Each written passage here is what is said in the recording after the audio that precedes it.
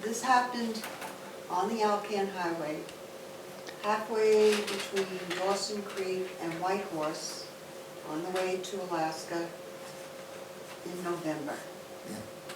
I started early enough, to make it a nice kind of fall trip, but it's now November. Okay. I took this right from my journal, and I was transcribing it to my narrative when I realized that it was very thematic, in an allegorical way. It doesn't say the theme, but an allegorical way. In other words, what happens here can easily stand for something else. And I have been trying to write a introductory theme sentence, kind of like Tolstoy does in Anna Karenina, that first sentence, all happy families are alike. I wrote so many great sentences, but the rest of it never followed. So I couldn't get it to work. And then when I read this, it was like, this is what Cormac McCarthy does. He takes a piece out of his, whatever book it is. He did it in Sutri, he did it in The Passenger. I think he did it in No Country for Old Men. I think he did it there too. He starts with this one-page piece. And it's out of his story, and it's really the essence of what his story is about. So I'll read it, and then I'll tell you why I think it's, when you read it, you may not agree with it. So, snow fell lightly in the night, dusting the ground with a fresh white blanket. She took the dog for his morning romp and came to a raised walkway that appeared to float like a magic carpet, hovering above the surface of the snow-covered marsh. At the end of the pathway, snow-brushed birch branches formed a frilly arch over the gap in the trees, leading into the woods. The portal beckoned her to follow. She hesitated. She wasn't sure why the scene brought Mirkwood to mind. It wasn't particularly gloomy, but something about it spoke of the hobbit standing before the great forest, dreading the dark unknown. She had an uncanny notion of elves in the trees. Putting aside her reservations, she stepped forward, the untrodden snow crunching beneath her boots. With the dog padding behind her, she headed across the marsh and entered a snowy white fairyland shrouded in mist. The subtle scent of sulfur filled the air. Vapor rising from the warm green water of a rock-bound pond had crystallized in the frigid night, coating everything it touched with hoarfrost. Every needle of the spindly evergreens, every branch and twig and curling tendril of aspen and birch, every stem and sprig of high bush cranberry, every clump of moss. She brushed the frost from the bench and took off her clothes and piled them there, then tiptoed over the frosty ground to sink into the lovely warmth. The dog lay watching her swim, a gentle breaststroke, sending quiet ripples across the water. She rolled onto her back and let her limbs float freely. Warm water caressed her skin. She looked up into feathery snowflakes twirling out of the sky, and then watched them melt away in the warm air rising from the pond. In her peaceful levitation, the last residue of long buried dread and inner turmoil drifted away. So, how I see the connection to the theme is the beginning. Snow fell lightly in the night, dusting the ground with a fresh white blanket. When you wake up the next morning after it snows, your landscape has changed. It's not the same as when you went to bed. And so it is when you wake up the day after someone dies, someone you care about. Your world is completely changed. And sometimes you don't know that. You don't know that for a while. But it is never going to be the same as it was the day before.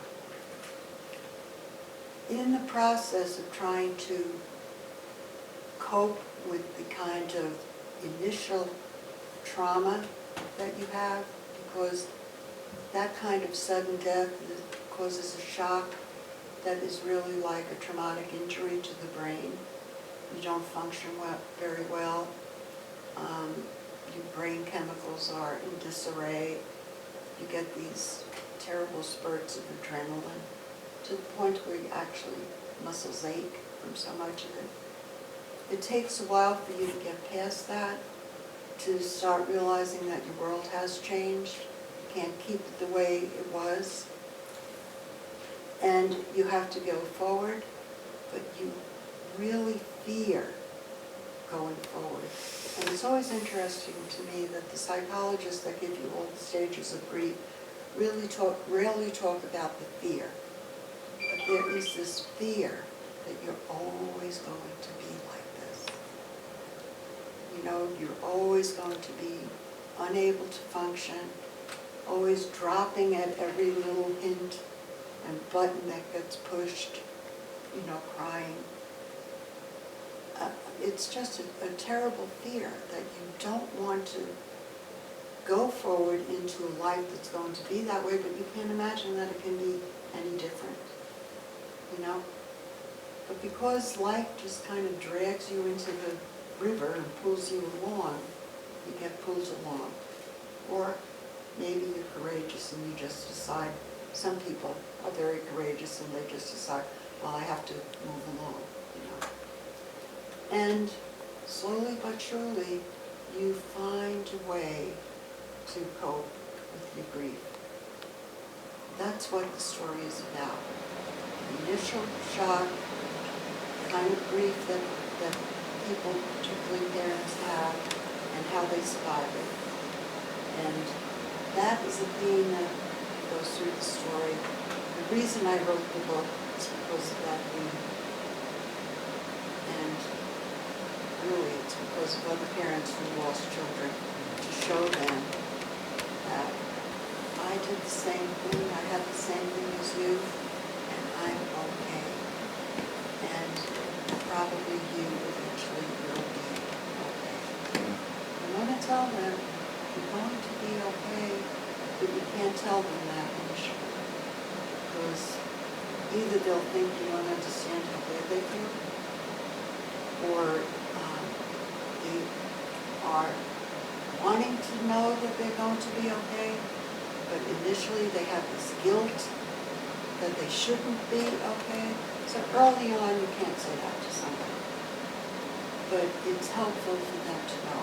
Eventually, okay, I'm horrible now. Eventually I'll be okay. So you want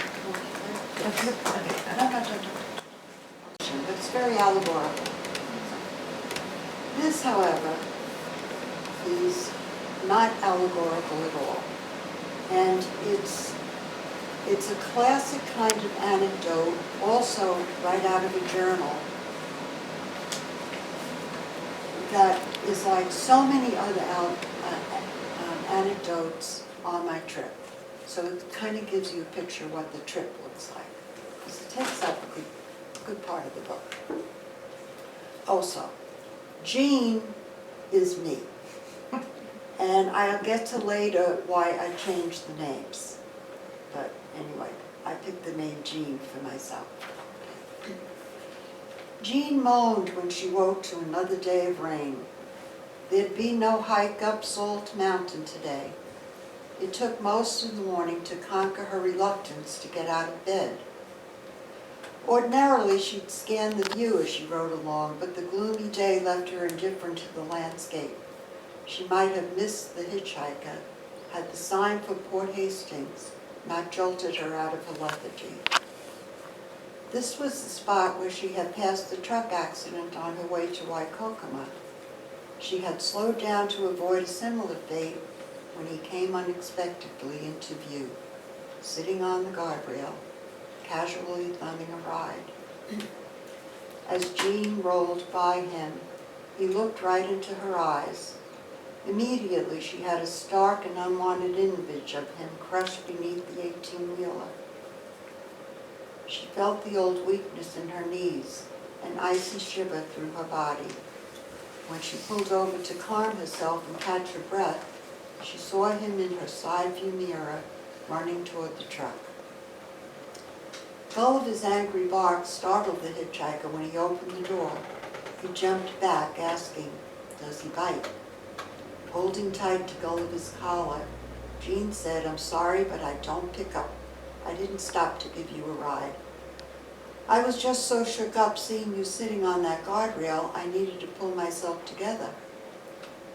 Puzzled by her comment, he asked, "You're not giving me a lift?" "No, I don't pick up hitchhikers. But I'm glad you're here because someone should tell you not to sit on that guardrail. It's dangerous."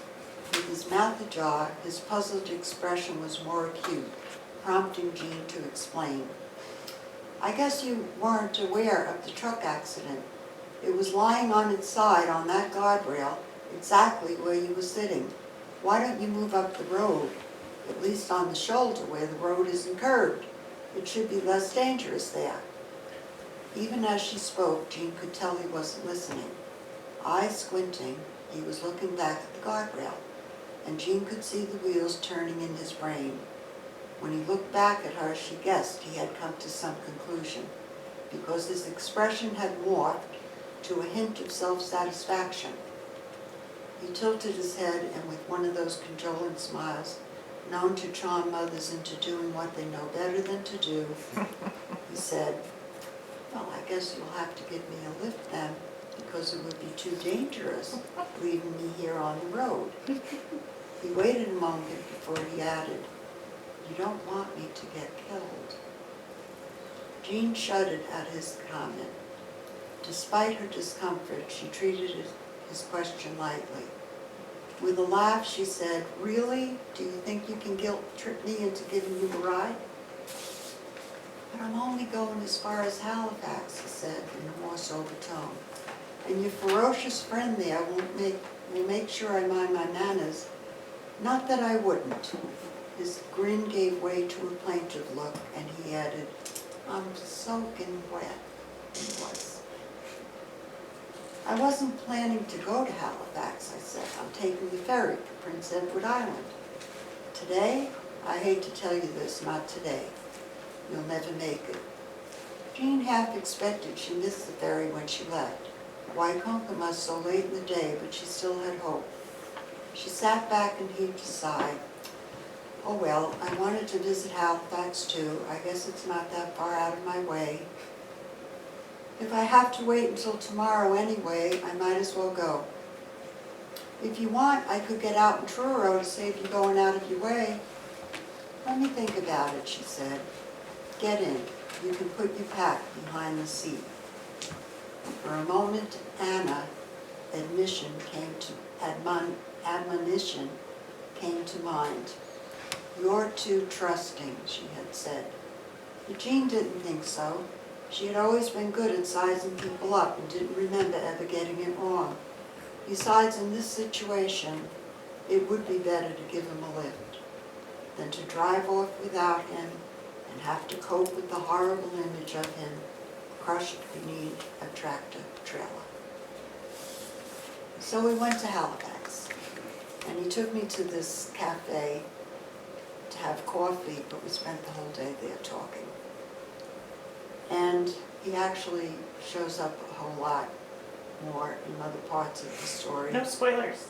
Now, this isn't a spoiler. No, he shows up in Truro, running to the truck again for a lift, and then he says, "You really should follow me around Canada." But the anecdote is typical of other anecdotes all the way along the way.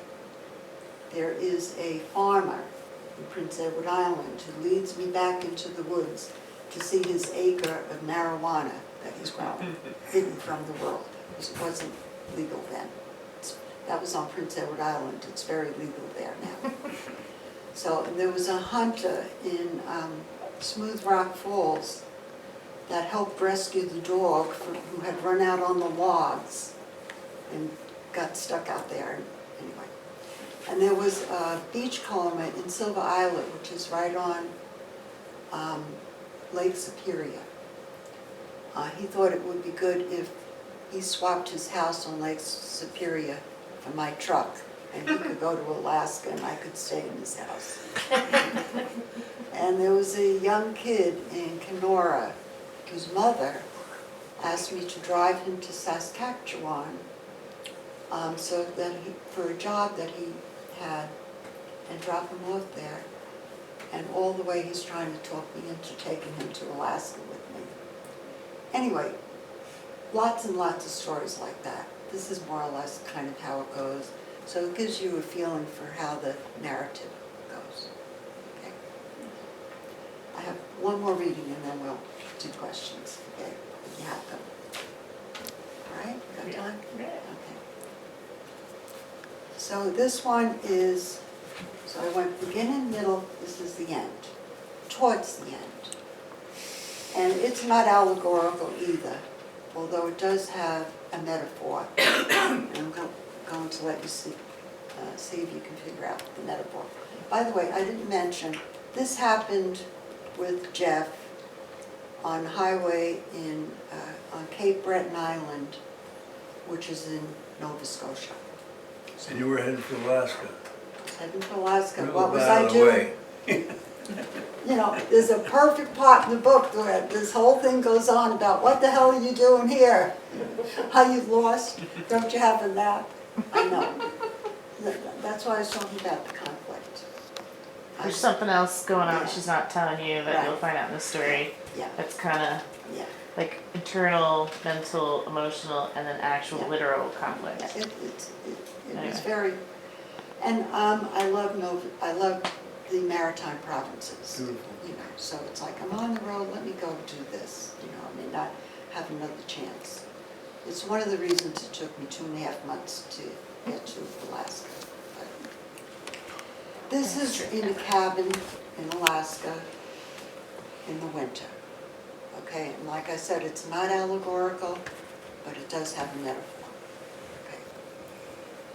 Jean could easily read the winter away with so many good books lining the shelves over the bed, sitting in piles on the table next to the chair, on the floor next to the table. They filled more shelves up in the loft, but Jean was wary. In the midst of January, winter was always lurking, and Jean was on watch, lest winter grab hold. Wise to its ways, she knew how it could fill the cabin with the dark and the cold, lure her into her bed, wrap her in down, and when it had her sufficiently seduced, seep slowly into her soul, how it could render her dormant like a bear asleep in her den. So she did what she needed to do to keep the winter dark in its place. Whenever she sensed winter creeping in, when once again it skulked in the corners and rattled at the door, she left the books behind and went to feast her eyes on the sun. It had been weeks since the sun stopped rising high enough in the sky to show its face above the southern ridge. Since then, her valley sat in a dim light, a subdued world of neutral shades and black-grounded white. But when alpenglow warmed far-off tundra hills, and the frosty treetops above the cabin began to glint and sparkle, when she could see hints of blue in the winter-white sky, Jean knew the sun was there. Today she would ski out of the valley and head for the North Ridge. She knew of a high bench where she could have a clear view all the way to the river. If she could get there in the short window of daylight before the sun set, she could look to the west and see the sun in all its glory when it came out from behind the hill and hung over the river, getting ready to go down. Deep in the woods, Jean skied in the stillness that comes with new snow. Nothing stirred. Pressing on, she soon found herself near the edge of the ridge, looking down on the valley, and knew she was getting close. At the top of the hill, her destination just ahead, she followed a curve around a knoll and came upon a golden light, drenching the snow and gleaming on every frosted twig. Shafts of light streaming through the gaps in the trees were full of sparkles, that frozen crystals glinting in the sunlight and floating gently down to settle in a dusting of diamonds. She looked west, and there it was, the sun's full face shining through the trees. It hung framed in the canyon where the south ridge gave way to the river before rising back up on the north side. She moved a few feet for an unobstructed view and gazed at the fullness of it, a quiet version of its summer brilliance. Warm shades of pink and yellow painted the sky. With Jack sitting quietly, she drank it all in, and let it fill her up with the sweet taste of triumph. Joey stood beside her. He always came for the sunset. She felt if she reached out, she could touch him. As she watched the sun angle low toward the horizon, she knew it was time to let Joey go. There was no way to know what the woods had in store for her, and there was always the chance she could run out of light. She had found what she had come for. She had conquered one more day of dark. There would be other sunsets. She'd see him again. She said goodbye and hurried to get home.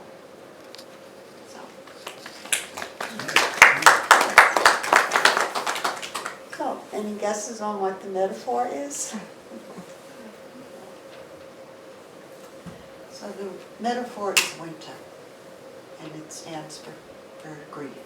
And it's about conquering grief.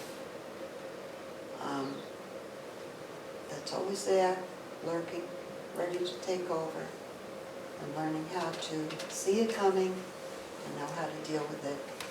And just one more day of, getting by. So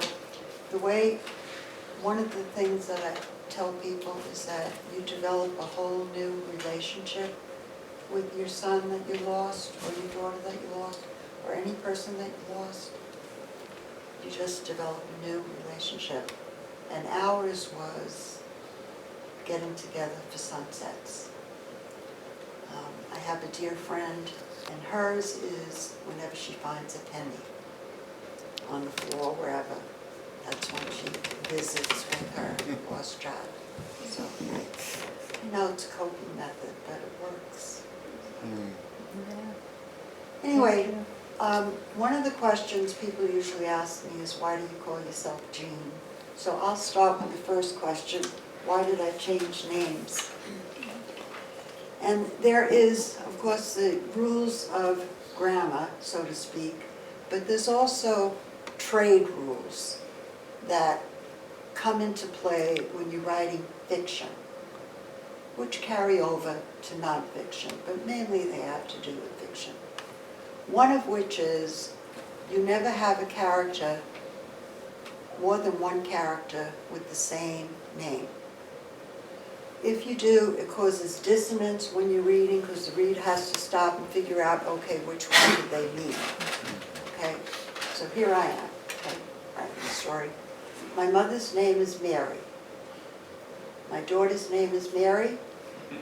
My sister's name is Mary. My aunt's name is Mary. My neighbor across the street who's in the story's name is Mary. My ex-husband's father, secretary, who's also in the story's name is Mary. There's all these Marys. So first I tried Mary Ann, Mary Catherine, Mary Elizabeth, Mary Josephine. And it was just as, complicated and so that's when I decided, well, I have to change names. Well, then it's also, not only if it's the same name, It's if it starts with the same 3 letters. Marian starts with M-A-R, just like Mary. Margaret starts with M-A-R, just like Mary. So there were 3 M-A-Rs that had to change. This also, if it starts with the same letter. I didn't quite go that far because there is a Marilyn in the story. I left, but that's an M-A-R, M. Why I picked Jean, I had an Aunt Jean that I loved. I liked the sound of the name. Though that's the main reason I changed names. There's also a couple of other names that have changed because I wasn't really sure how people would feel about them being in the story. And also, like, one name I changed was a good friend, and she wanted me to use a different name. I'm not really sure why, but so I changed her name. But mostly it was because of all those Marys. Sounds very Catholic. Oh, it's very Catholic, very Irish Catholic, okay. Which gets to my next question, which I should let you people ask questions instead of constantly saying the question you should ask. So, how about, yeah. Okay. What about all these other Marys? Did you change their names too, or are they in the mood? Oh, yeah, so Mary, my mother, I left Mary, okay? Mary, my daughter is Mary Catherine, she's Katie, okay? Mary Josephine, my sister Mary Josephine, is Lisa because she had a friend's Lisa, so it was easy to see her as Lisa. Mary the neighbor is Eileen. Mary the secretary is Nancy. My Aunt Mary is Mary Elizabeth, she's Elizabeth. Okay, so why couldn't you be I? Why couldn't you be first Okay, so that person? goes to the next question. Yeah. Okay, why not I? I is first person. Right. Technically, one of the rules of the trades, we can go there again, is you always write a memoir in first person. Okay. Well, Salman Rushdie didn't agree with that. He wrote his memoir, Joseph Conrad, in third person. And he said he did it, he's in an interview that you can see on YouTube, where he says he did it because I can't stand the me of memoir. That's the way he said it. Gary Player, who writes YA novels, he wrote his memoir in third person, and he had a different stance. He said it allowed him to be more objective. It's interesting that he never gives himself a name in his memoir. He calls himself the boy. Never gives himself a name. Betty Smith, A Tree Grows in Brooklyn. That is her memoir. She gave an interview to the New York Times saying everything in that story is true. Well, when people study literature and they study A Tree Grows in Brooklyn, they don't know that it's a memoir. And that's because the publisher marketed it as a novel because it was in third person. So why did you do it? So, okay. Get to that. Enough of yeah, examples. yeah. But there is one other author I have to tell you about because it's unique to me. His name is Viet Nguyen. He's a Vietnamese, and he wrote a Pulitzer-winning novel called The Sympathizers. I think about 3 years ago he won the prize.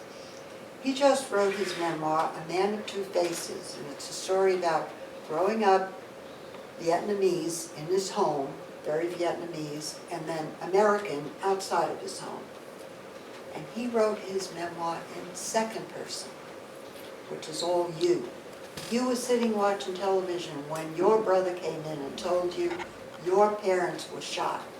They were shot in their grocery store. You.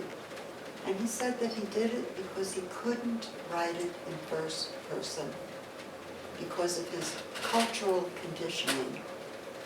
He had to find somebody else to tell the story for him.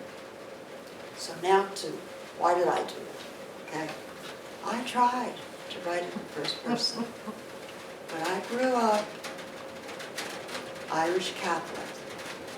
And Irish people have this thing about people who talk about themselves. And growing up in my grandmother's home, I would be invited to sit at tea, because she had people over for tea almost every other day, as long as I didn't talk, unless I was spoken to. And I watched them. You know, it was about 4, 5, 6, along those lines. Whenever somebody left, everyone else would be, I can't stand the way all they do is talk about themselves. I. It's cultural conditioning that is so hard to get past, you know, even I'm sitting here talking about myself. It's very hard to do. So everyone judges it, but everyone doesn't. Well, I don't know about that. With the Irish, they try very hard not to do it, particularly if it's something sad, okay? And if you had some problem as a kid in an Irish house, like you came in crying because somebody wasn't nice to you when you were playing or something, my grandfather and my father both had the same response. Come on over here and I'll give you a good pinch, and then you'll have something to cry about. Okay? So you don't do it. I tried for a month to do it. And I'd do it, and then I would read it, and I couldn't stand the way it sounded. I. You know, just like some rest of it. Well, this writer I knew told me, well, you can't write it in first person, write it in third person. And when you have it finished, just go back and substitute I. So I wrote it in third person, went back, substituted I, could not stand it. I said, the heck with it, I'm just going to leave it in third person. So going on, writing it in third person, I discovered something else about the difference between a memoir in first person and a memoir in third person. A memoir to just say what happened. When you write in first person, you're expected to reflect on what you just wrote. You know. Thinking back 14 years ago, I realized all of that gets left out of a third person memoir. And it just makes it so much easier to read. It also does this other thing, where it allows the reader, it trusts the reader to do that reflection themselves and come to their own conviction about what it was that happened and how it is connected to them and what their life is. That's a good point. So, you know, I'm very satisfied with the third person. And for those agents that wanted me to rewrite it and I couldn't rewrite it, I don't need an agent, it turns out. So, You just said something that keeps lingering in my head, is the second person. That sounds really interesting to me, because when you it's- say you were sitting yeah, at the table. he has this See, person out here. You, so that it's- means me. Yeah, And so, yeah, you know, suddenly that's very I know. interesting. He has this imaginary person out here that's telling the story for him. Yeah. It's Also, almost like if you're seeing a memory, but seeing yourself Yeah. and saying you did this. Right. Like seeing the memory from the outside. And he said, Yeah. because the same thing, Yourself you know, is with the kinda- Irish, apparently if you grow up Vietnamese, you are not allowed to talk about anything that happens in your house outside of your house. So, It's also, I studied, my undergrad was creative art therapy, concentration, visual arts, and all of the different arts. So you do therapy, but you use the arts, so music, drama, dance, visual arts, as a buffer. And it keeps it, like you're talking about the art with the therapist, but you produce it, it sort of has catharsis, it's in a concrete form, and you discuss it almost in this like third person, second person. Yeah. And so it creates a buffer that you can really let all that stuff like Yeah. therapeutic process come Right. out Right. without it being, when you're saying I, it's too much sometimes, and there's blocks for Yeah. that. So this way it can be, so it's sort of like a therapeutic tool as well, Yeah. which is interesting. Well, I guess that was true to me too, anyway. Any other questions? It seems a little less self-absorbed to not be saying I all the time. There you go. Absolutely. And you also do have the freedom to say, 14 years later, when she was thinking about it, when he was thinking about it, you could still do that if you want Yeah. to, but you're not obligated to. Right. You could still do that, but because of the way that I approached it, I made a third person limited point of view so that there is reflection, but it's in the moment of the story and not sometime in the future. And my editor, he wanted me to explain a few things in the story, and he said, well, just say looking back. I said, well, I can't do that because that's not the structure. I'm not using that structure. It's limited point of view. It just makes it easier to read,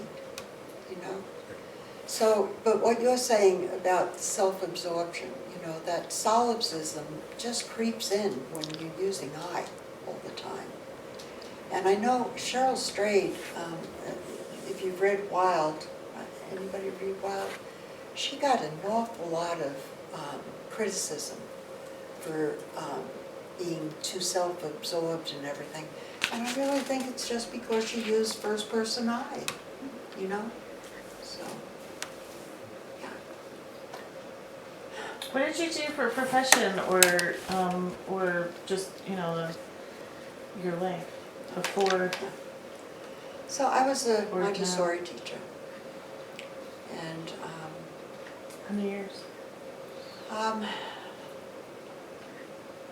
it's probably, I would say, 20 years maybe before I went to Alaska.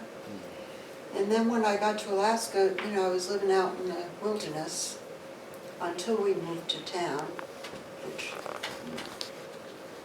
should come up in the story. I have to think about that now.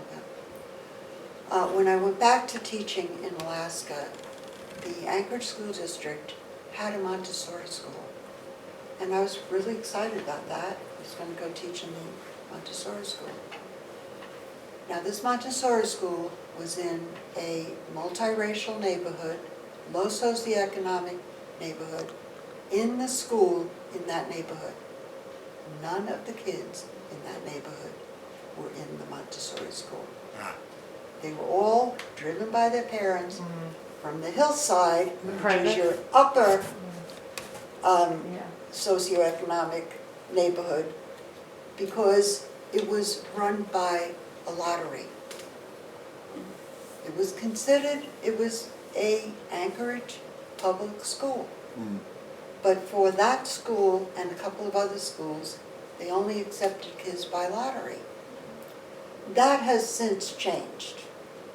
They now take a percentage of neighborhood kids are just automatically admitted.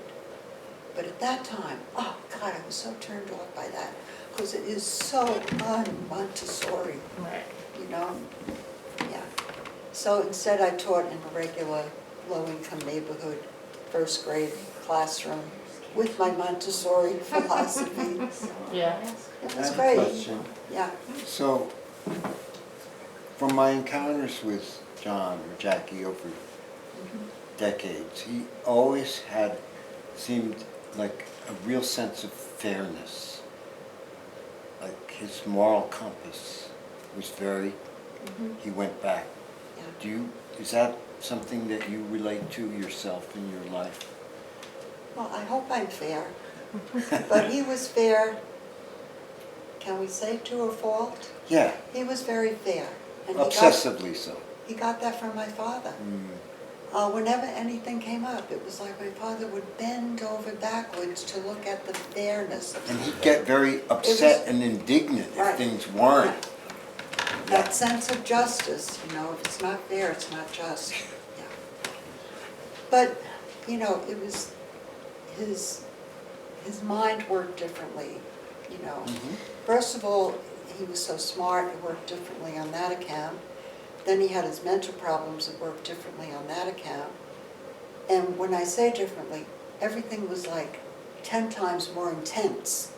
You know, like him getting excited about my book, it's like somebody will get excited, but with him it was just totally fixated. You have to come, this person, that person, the other person. Did he ever talk to you about pink Himalayan salt, for instance? Oh my God. You know you can get it right in Calgary tomorrow So when they open up. if you go to the spice Right over shop there. in Anchorage, Yeah. they sell pink Himalayan salt.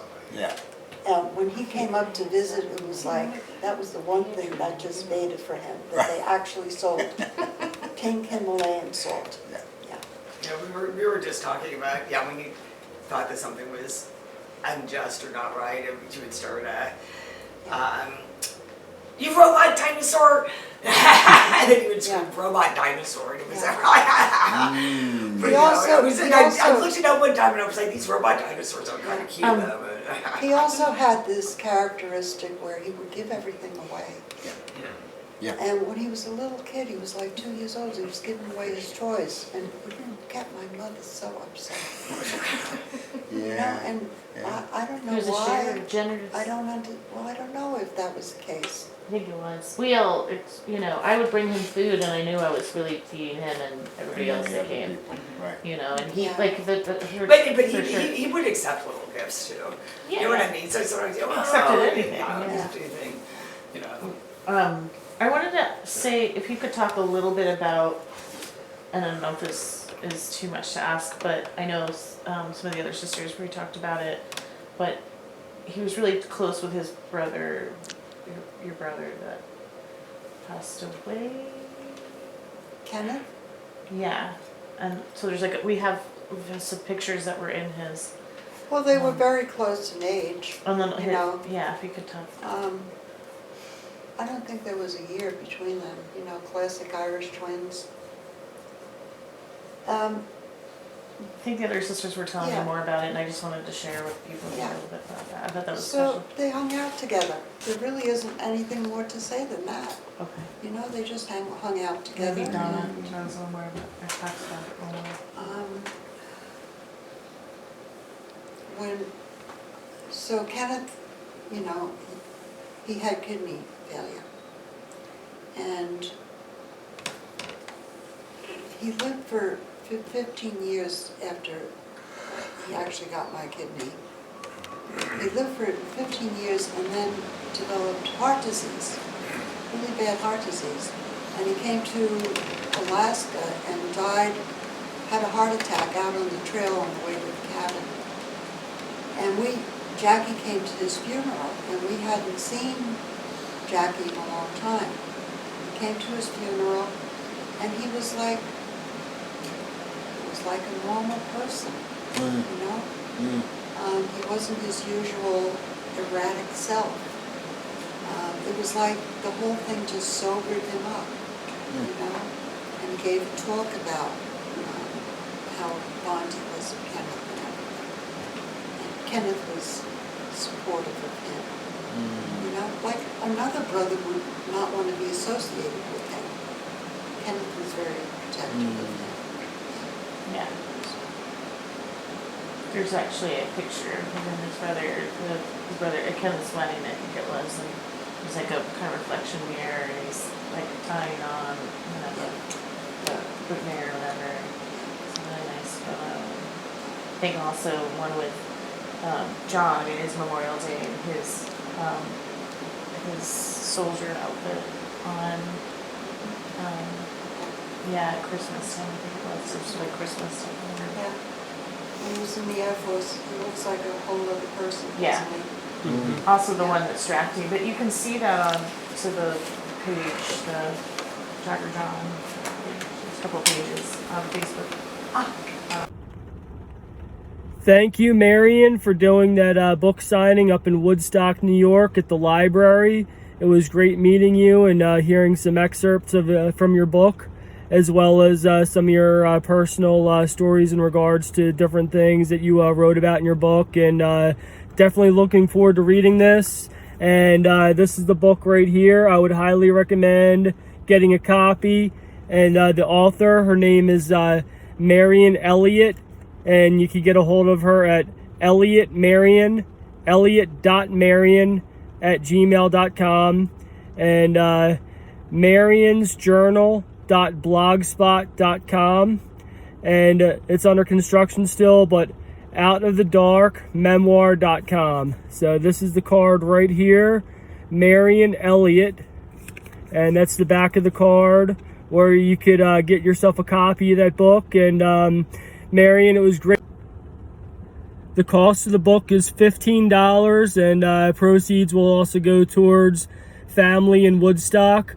So definitely a great cause for the proceeds to go to. So definitely buy the book, check out some of her stories, and thank you for tuning in, and thank you, Marian, and see you next time. I'm also going to put the information from the back of the card where you could purchase the book. I will put it in the description of this video, so just go to the description to see the information on where you can see about getting a copy of this book, and thank you.